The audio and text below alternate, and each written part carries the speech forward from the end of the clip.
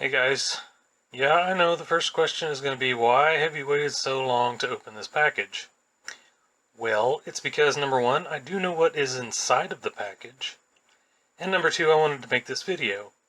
But as you can see, I've been wanting to make this video for a long time, and I'm just kind of lazy, so now I'm doing it. I'm going to open this up.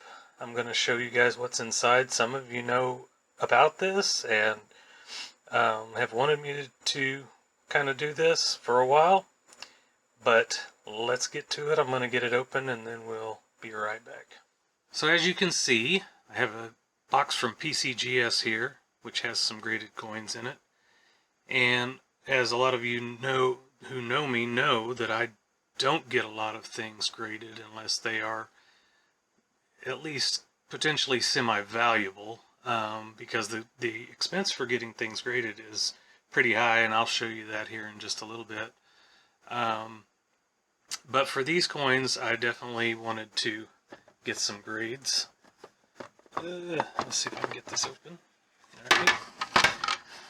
So I've got 4 coins that Adam sent me, and the reason why I have Adam help me is because Adam is like a really good grader. He grades tons of coins because he also kind of acts as a dealer for himself, buying and selling stuff. So a lot of times he sends in bulk gradings and those kinds of things. So that's why he sent me the package after it arrived for him. These first 2 are actually 2021 cents. And as you can see, the grade came back PCGS MS66 red. And that by itself is probably like a $10 to $15 coin. I don't know, it's not very valuable even in the high grade because I think there's a lot of those out there. But as you can see right here, it also says terminal die break. So back in 2021, there were some really large die breaks that were found. If I can get the camera to focus on this, as you can see, like right across from about the 3 o'clock position to about 7 o'clock, that's the die break. And yeah, I wouldn't have had these graded. Some people grade things just because they like to have them in a holder and protected. That's kind of one reason why I wanted to do this.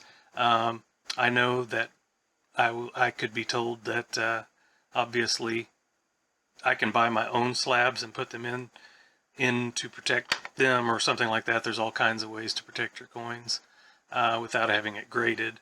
But these at the time were selling for several $100s, and I think I was looking recently and saw that there was a recent sale in December for like $200 for one of these that was actually in worse condition than either one of these is, and it had, you know, like had carbon spotting and things like that. So they still have a good value, but I also personally wanted it graded so that I could protect it, like I say.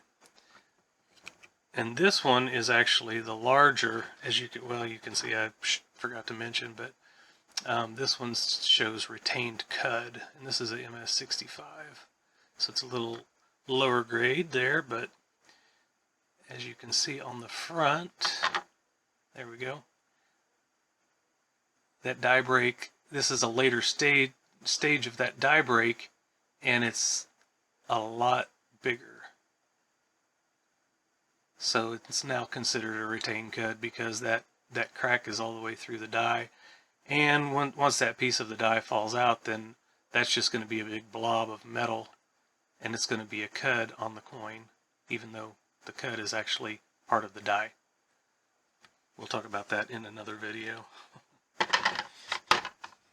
So those are pretty cool, but yeah, for either one of those, you know, they may be a few $100, but here's the cost to get those graded because they have an error. So this is PCGS grading. So it's costing me it cost me $162 to have both of them done. 65, you can see $65 for each one, and then you have to pay shipping and handling. So I don't recommend that if you find something, you don't have to get it graded. A lot of these things you could sell, like those I could sell without even, you know, having them graded, because you can see what the error is. This one, I kind of actually forgot that this one was in there. This is something that Indigon's going to like, I think. But this is 1950. If I can get it to focus there. Hello, hello. 1950, there we go. D over S, PCGS MS63. It's the over mint mark. So on the reverse, which is where the mint mark is, you won't be able to see it because it's,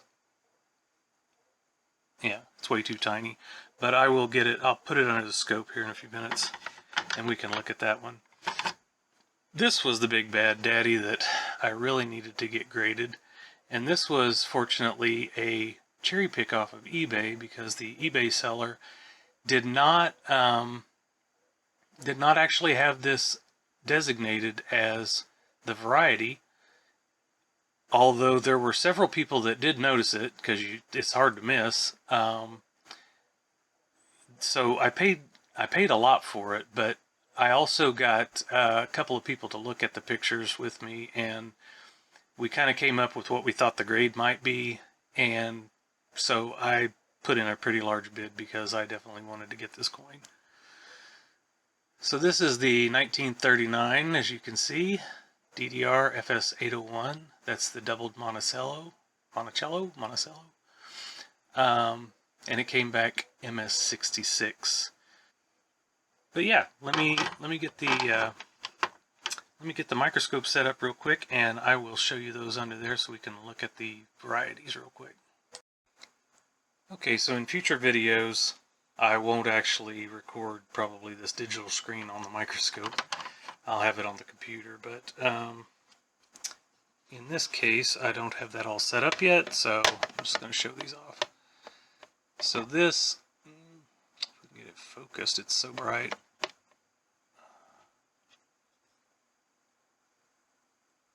There we go. So this is that die break on the 2021. Goes all the way across the coin. Pretty awesome for that. Let's see if we can get this mint mark on the cord. Oh, yeah, perfect. So this is a D over S. Now, you can see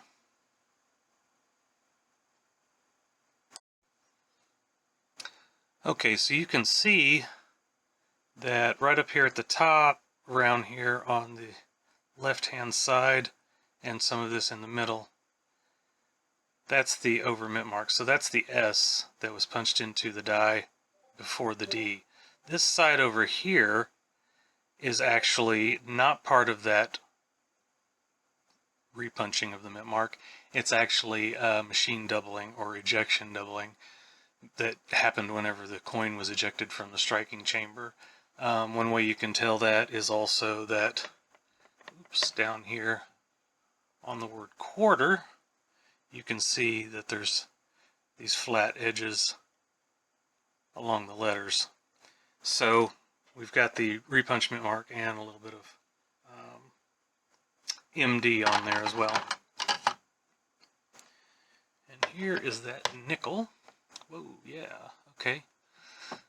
So in all its glory, I mean, that's what it is. It is a huge double die. It's one of the best ones, obviously, for the Jefferson nickels, one of the best varieties, best double dies, one of the strongest. There are a couple more that are kind of similar, but not quite as strong. So yeah, that's why I was waiting to do this video. I wanted to show you guys these coins, and I definitely wanted to share it with everyone, because this is obviously, this one is one of my best eBay cherry picks. I'll be doing some videos on a few others that I've got to just for the heck of it. But yeah, I hope that you like the video. If you do, like, share, subscribe, all that YouTube stuff. And I will see you on the next one. Everyone, keep up the good hunt. You watch this thing, you glorious nerd. You made it this far, that's just